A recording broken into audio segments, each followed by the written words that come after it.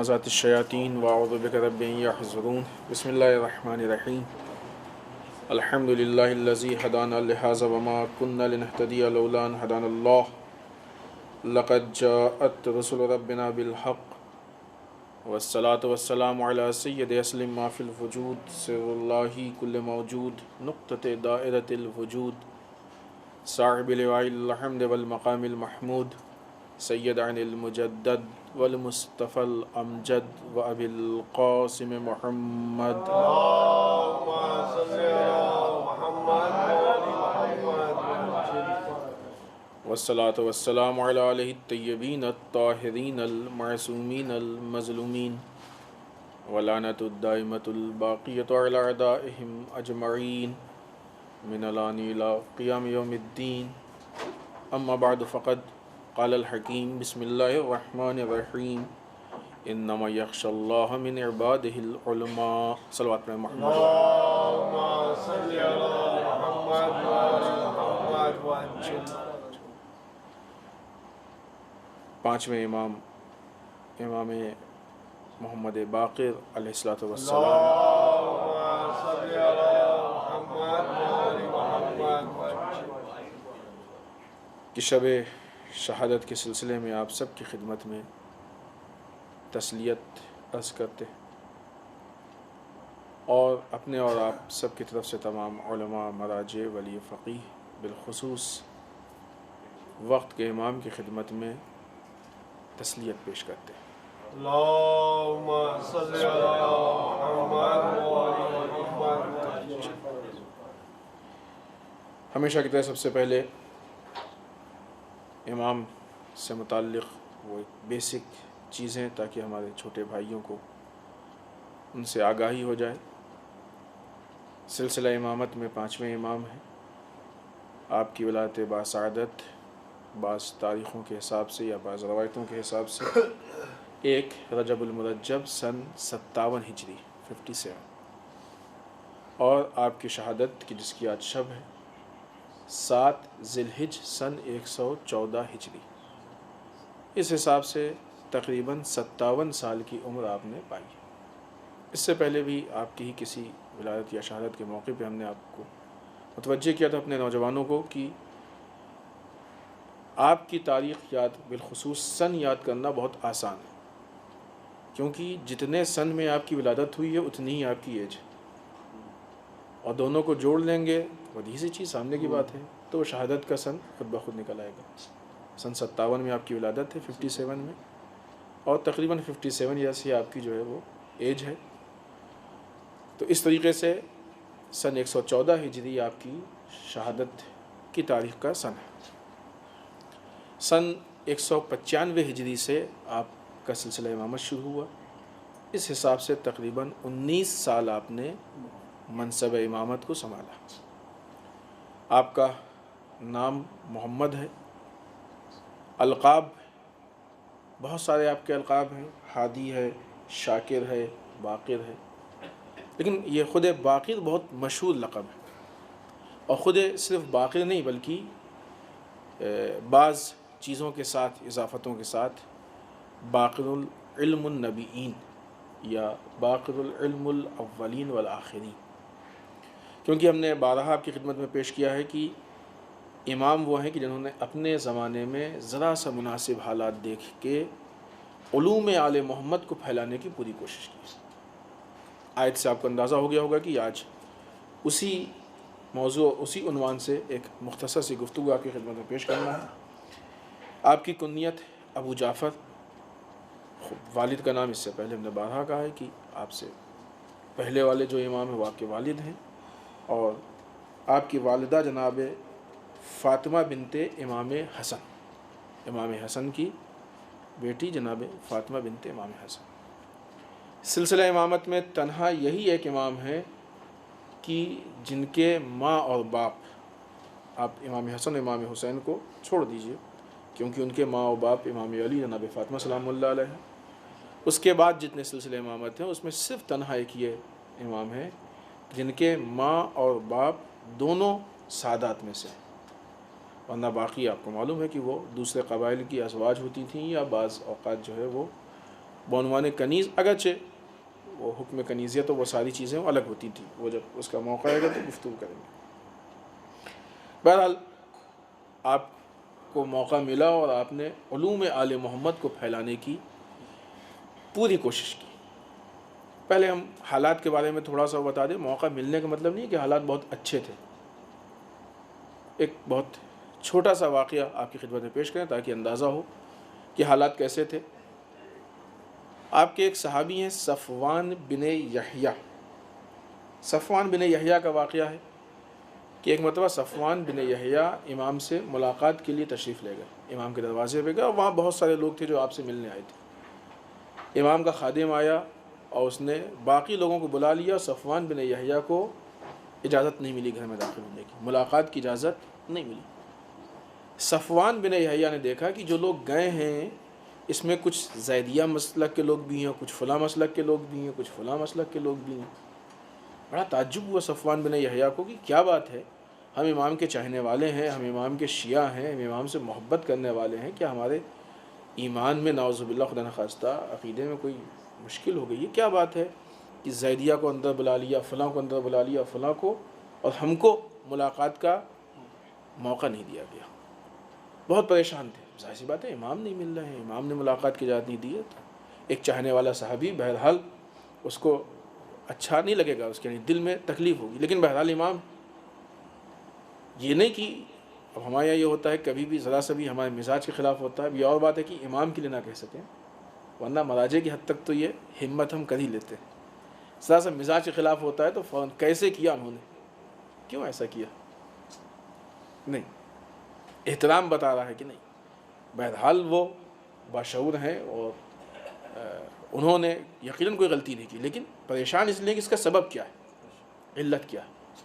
اب یہ پریشان حال بیٹھے ہی تھے کہ دروازے پہ دق الباب ہوا، اور بہرحال بعض روایتوں کے حساب سے کہ امام کا نمائندہ آیا۔ آنے کے بعد صفوان کو سمجھایا کہ صفوان، اس وقت تم کو اس لیے نہیں بلایا تھا کہ اس وقت غیر آ رہے تھے، اور امام نہیں چاہتے ہیں کہ تم غیروں کے ساتھ آؤ تاکہ غیر تمہیں پہچان لیں۔ بعض کے حساب سے نمائندہ اور بعض کے حساب سے خود امام نہیں چاہتے ہیں کہ غیر تمہیں پہچان لیں، حتیٰ اشارہ کیا کہ جواسیس وہاں موجود ہیں، جاسوس وہاں موجود ہیں، ہم یہ نہیں چاہتے کہ وہ جاسوس پہچان لیں کہ تم ہمارے چاہنے والے ہو، تاکہ بعد میں تم کو تکلیف نہ ہونے پائے۔ اس حد تک امام اپنے چاہنے والوں کا خیال رکھتے تھے، اور یقیناً آج بھی ہمارا امام اپنے چاہنے والوں کا خیال رکھتا ہے۔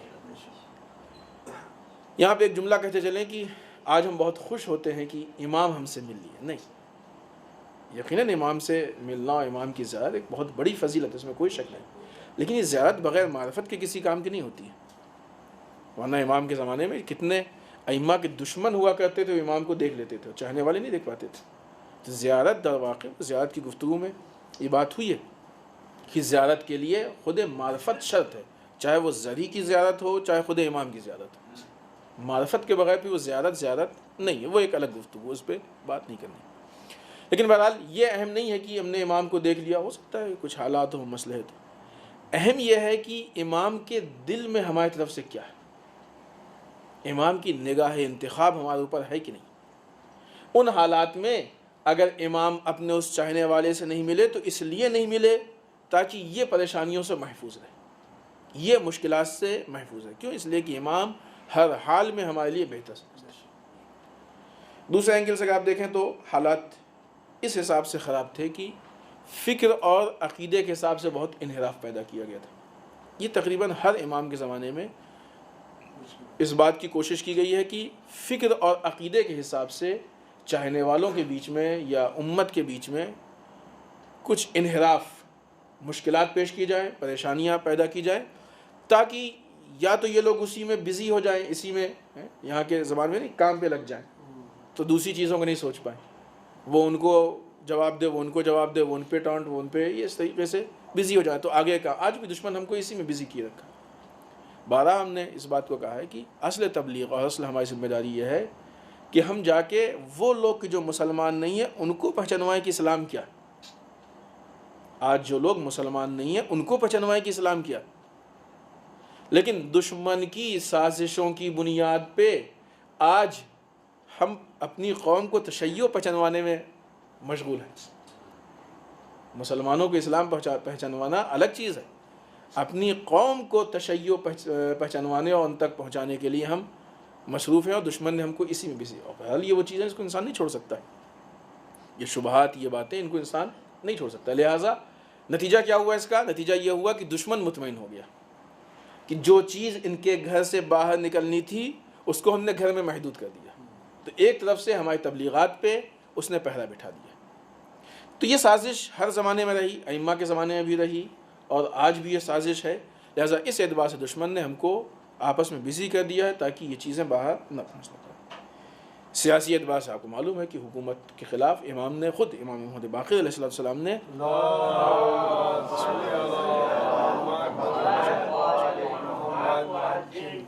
اپنے وقت کی حکومت کی مخالفت کی، اور یقین کرنی بھی چاہیے. ظالم حکومت کی مخالفت کرنا یہ مذہبی ذمہ داری ہے، یہ مذہبی ذمہ داری ہے، صرف سیاسی ذمہ داری نہیں ہے، مذہبی ذمہ داری ہے.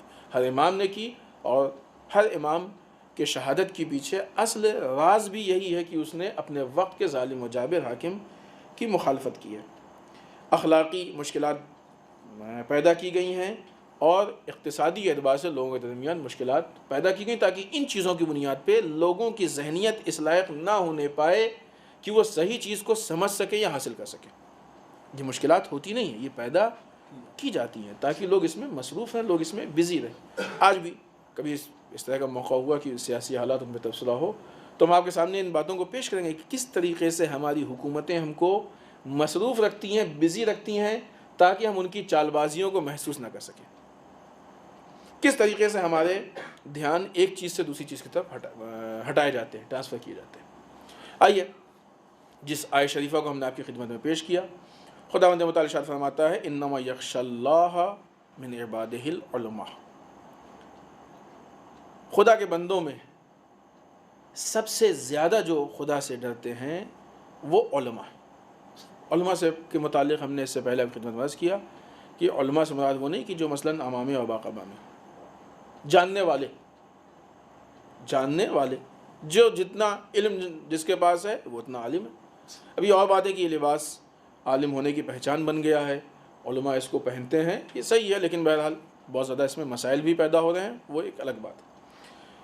تو جو جتنا جانتا ہو، یہ وضاحت اس لیے ضروری تھی کہ آپ سوچئے کہ یہ کام تو ہمارا ہے ہی نہیں. کہیں آپ کے ذہن میں یہ فکر نہ آئے کہ اللہ سے ڈرنے والے اس کے بندوں میں صرف علماء ہیں، تو اب اللہ سے ڈرنا یہ علماء کا کام ہے، ہم تو علماء میں ہیں نہیں، لہٰذا یہ کام ہمارا نہیں. ایسا نہیں. جو جتنا جانتا ہے وہ اتنے کا عالم ہے، اور جتنا جان جائے گا اتنا ہی خدا سے ڈرے گا. لہٰذا اپنے جو بھی امکانات ہیں ان امکانات کے اعتبار سے ہم سب کی یہ ذمہ داری ہے کہ ہم خدا کو زیادہ سے زیادہ پہچاننے کی کوشش کریں. جتنا زیادہ پہچانیں گے اتنا ہی زیادہ خوف خدا پیدا ہوگا، اتنے ہی زیادہ ہم کو خدا کا خوف محسوس ہوگا. تو اللہ کے بندوں میں سب سے زیادہ جو اللہ سے ڈرتے ہیں وہ کون ہے؟ علماء ہیں. علماء یعنی وہ لوگ کی جو جاننے والے. اس لیے کہ علم ہی وہ چیز ہے، میں خود فضیلت علم پہ تقریر نہیں کرنی ہے، امام نے اپنے زمانے میں کیا علمی کارروائی انجام دی اس پہ گفتگو کرنا. علم وہ چیز ہے کہ جو انسان کو واقعی انسان بناتی ہے. ماں باپ، سماج و معاشرے کا ڈاکٹر، یہ ساری چیزیں مل کے ہمارے جسم کو اچھا اور خوبصورت بناتے ہیں، لیکن علم کا کام یہ ہے کہ وہ ہمارے روح و کردار کو خوبصورت بناتا ہے. انسان کے جسم کے اندر جو نفس ہے، کیا یہ نفس واقعی انسان ہے یا اس نفس میں حیوانیت ہے؟ اس نفس کو حیوانیت سے نکال کے انسان تک پہنچانے کا کام یہ علم کا ہے.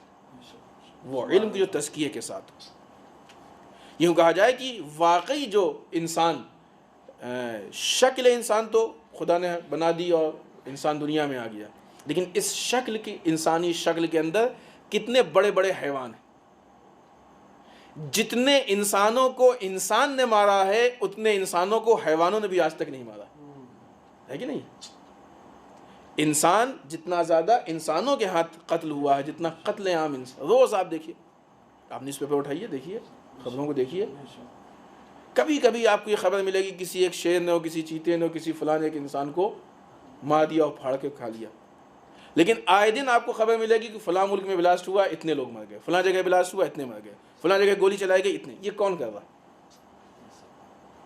یعنی وہ جو انسان کے جسم کے اندر نفس ہے، اگر اس کے اندر انسانیت نہ اتاری جائے تو وہ نسبتاً بڑا حیوان ہے ان حیوانوں کی بنسبت کی جن کو ہم بنوانے حیوانیت ڈرتے ہیں. اس خوبصورتی کو بنانے کا کام کس کا ہے؟ علم اور تزکیے کا. یہ وہ کام ہے جس کو امام نے کیا، اور یہ اس بات کی دلیل ہے کہ فرصت ملتے ہی، اب یہ جو ہم نے حالات آپ کے امام کے زمانے کے پیش کیے ہیں اس سے آپ کو احساس ہوگا کہ کوئی ایسی بہت فرصت نہیں مل گئی کہ دشمن ایک دم اس نے ہاتھ اٹھا لیا. یعنی گھر میں جاسوس موجود ہے، امام اپنے چاہنے والے سے مل نہیں پا رہے ہیں، ملنے سے بچنے کی کوشش کر رہے ہیں، اس کے گھر پہ جا کے آہستہ سے خبر دی جا رہی کہ اس لیے نہیں ملے، ریزن بتایا جا رہا ہے تاکہ وہ بھی مطمئن ہو جائے. اور ایسے بہت سارے واقعات ہیں، یہ ہم نے بنوانی مثال ایک پیش کیا ہے، ورنہ دوسرے ائمہ کے زمانے میں بھی ایسے واقعات ہیں. ان حالات کا مطلب یہ ہے کہ بہت حالات اچھے نہیں ہوئے، ورنہ امام کو دربار میں بلایا گیا، نعوذ باللہ معاذ اللہ دربار میں آپ کو سرزنش کی جانے کی کوشش کی گئی، یعنی بے عزت کی جانے کی کوشش کی گئی، سارے درباریوں نے مل کے ایسا کیا، اس کے بعد آپ کو قید کیا گیا. تو حالات کوئی بہت اچھے نہیں تھے، نسبتاً تھوڑا سا موقع ملا تھا. تو اس میں جو آپ نے سب سے زیادہ جس چیز پہ کوشش کی وہ علم کو پھیلانے کی. اس کا مطلب کہ ہم یہ سمجھیں کہ آج ہمارے سماج و معاشرے میں، ہماری ضروریات میں سب سے زیادہ جس چیز کی اہمیت ہے وہ علم، چاہے وہ دنیاوی علم ہو چاہے وہ دینی علم ہو. ہاں اب یہ اور بات ہے، دوسرے موقعوں پہ شاید یہ بات نہیں معلوم یہاں ہوئی کہ نہیں ہوئی ہے، لیکن اس موقع کی نہیں، اس لیے صرف اشارہ کر دیں کہ یہ دنیاوی علم جب دینی علم سے اس کا رشتہ نہیں ہوتا ہے تو یتیم ہوتا ہے، اس کا کوئی سرپرست نہیں ہوتا ہے. اس لیے کہ جب تک انسان کے اندر تزکیہ نہیں ہوگا اس وقت تک دنیاوی علم صرف اسلحہ ہوگا. اسلحہ اچھے کے ہاتھ میں ہوتا ہے تو برے کو مارتا ہے، برے کے ہاتھ میں ہوتا ہے تو اچھے کو مارتا ہے. مثال دیں، یہ علم اگر اچھے آدمی کے پاس آتا ہے تو اچھے اچھے سافٹ ویئر بناتا ہے، برے کے پاس آتا ہے تو وائرس بناتا ہے. ہوتا ہے کہ نہیں ہوتا ہے؟ تو یہ علم اسلحہ ہے، کس کے پاس آئے نہیں معلوم، جس کے پاس آئے گا اپنے حساب سے یوز کرے گا، جب تک اس کے اوپر تزکیے کی سرپرستی نہیں ہوگی. آئیے خود مولا امام محمد باقر علیہ السلام کی حدیث،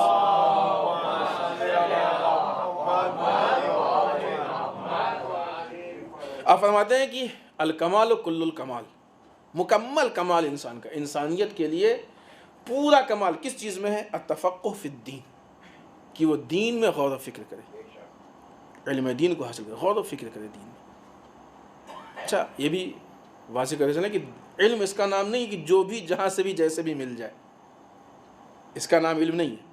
اس کی وضاحت کے لیے بھی ہم امام کی حدیث پیش کرتے ہیں، اس حدیث کو پہلے مکمل کر لیں.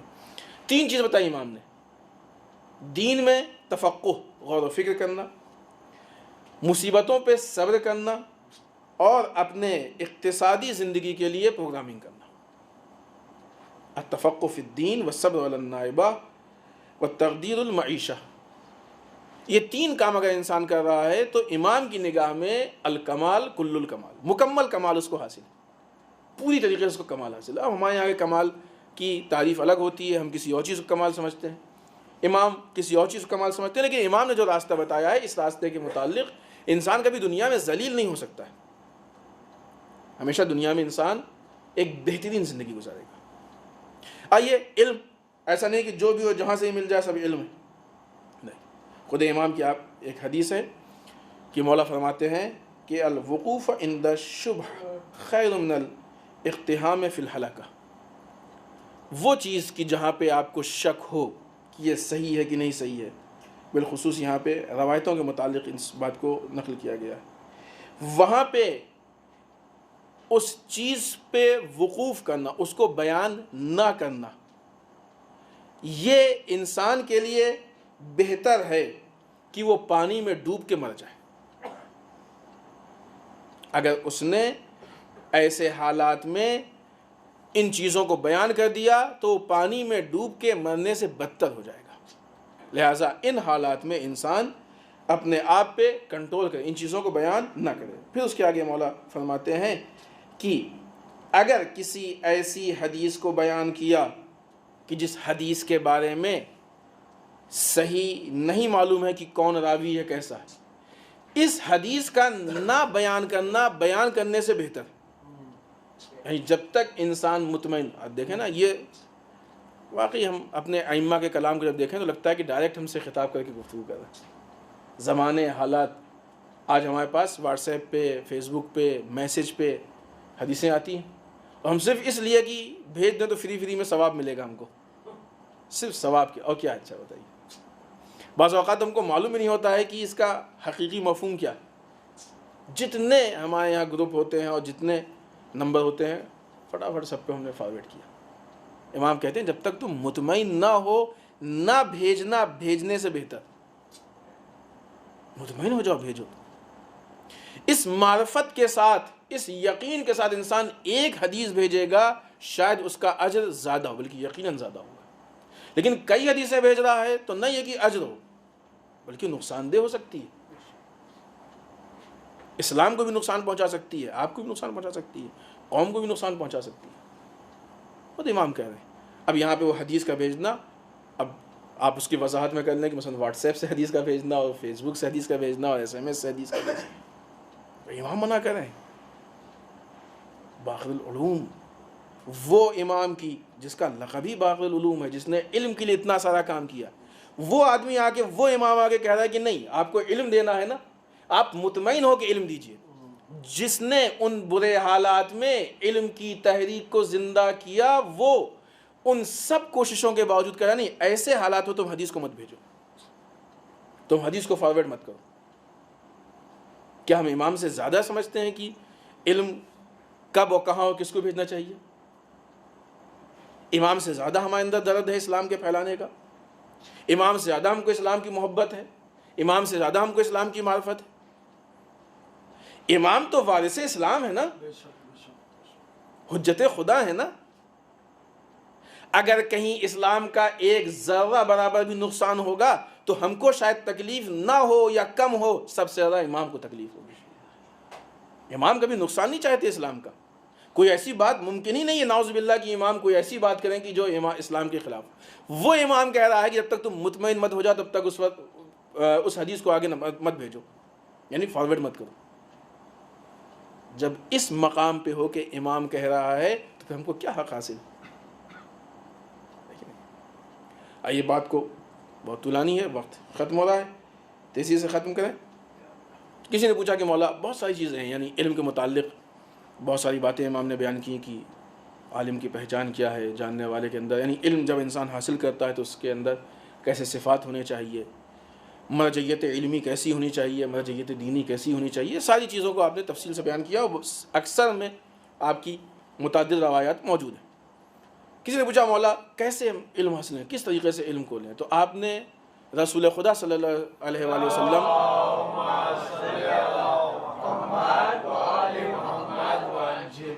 کی ایک حدیث نقل کی، رسول کی حدیث امام باقر نقل کر. وہ واقعہ آپ کو یاد ہوگا، ہم نے یہاں پہ اس واقعے کو پڑھا کہ جب رسول نے اپنے صحابی سے امام باقر تک سلام کہلوایا، یاد ہو. رسول سے آپ نے ایک حدیث نقل کی، العلم خزائن ومفتاحها السؤال.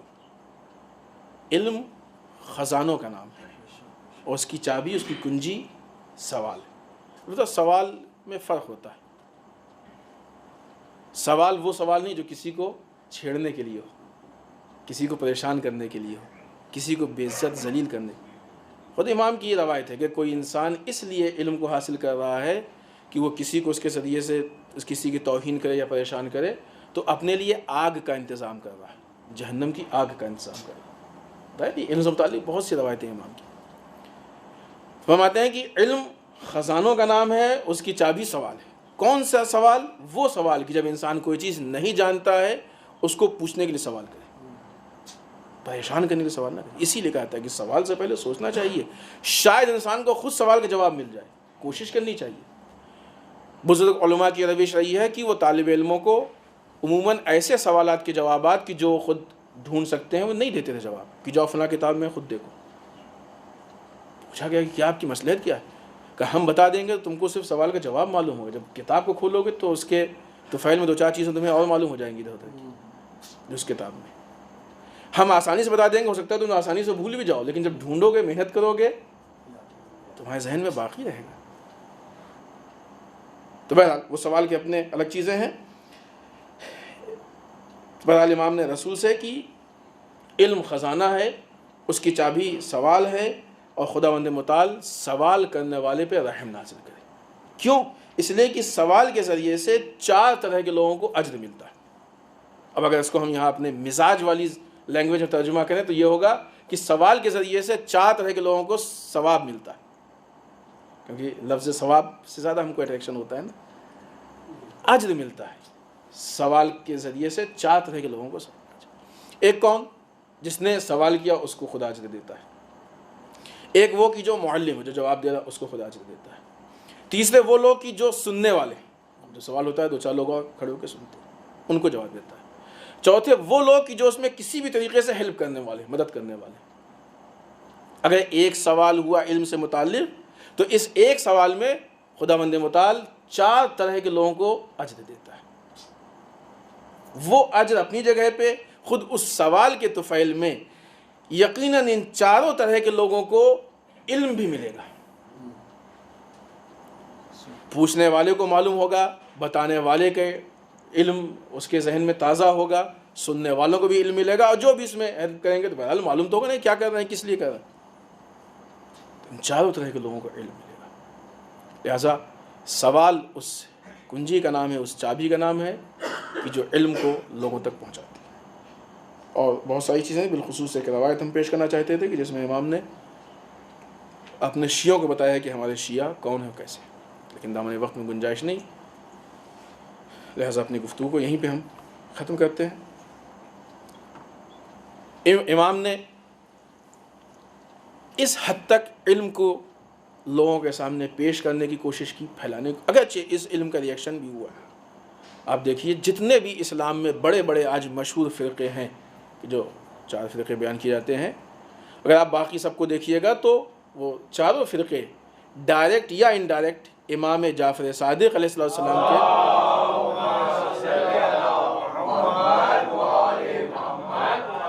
شاگردوں سے ہی وہ آگے چلے۔ 2 ڈائریکٹ ہیں اور 2 انڈائریکٹ ہیں، اس پہ بھی بات ہو چکی ہے، لہٰذا اس تفصیل جانے کی ضرورت نہیں۔ تو بہرحال اور بہت زیادہ خود امام کے زمانے میں بھی ایسے لوگ پیدا ہوئے کہ جنہوں نے مشکلات پیدا کی، ایسے لوگ ہوئے ہیں کہ جنہوں نے مسائل پیدا کیے۔ لہٰذا امام بتانا چاہتے ہیں کہ کبھی تم یہ مت دیکھو کہ اس کا ریئیکشن کیا ہو رہا ہے، تم اپنی ذمہ داریوں کو پورا کرو، تم اس بات کی کوشش کرو کہ ہم صحیح طریقے سے اپنی ذمہ داری کو انجام دے رہے ہیں کہ نہیں دے رہے ہیں۔ آج دیکھیے نا، اتنا بڑا حادثہ اور واقعہ کربلا کا کہ جو اسلام کی حیات کا ضامن ہے، اسلام کی زندگی کا ضامن ہے، آج لوگ اسی کربلا کو بہانہ بنا کے کبھی کوئی عمل سے بھاگ رہا ہے، کہتے نہیں مثلا ماتم کر لیا تو نماز کی ضرورت نہیں ہے، ہوتا ہے کہ نہیں، کبھی کوئی عمل سے بھاگ رہا ہے، اسی کربلا کو بہانہ بنا کے آپس میں اختلافات پیدا کیے جا رہے ہیں، اسی کربلا کو بہانہ بنا کے بعض اوقات لوگوں کو اسلام سے دور کیا جا رہا ہے، نماز کی بھی ضرورت نہیں۔ کتنی چیزیں ہیں جو ہمارے سامنے، تو کیا اس کا مطلب کہ امام حسین کربلا میں قربانی نہیں دیتے؟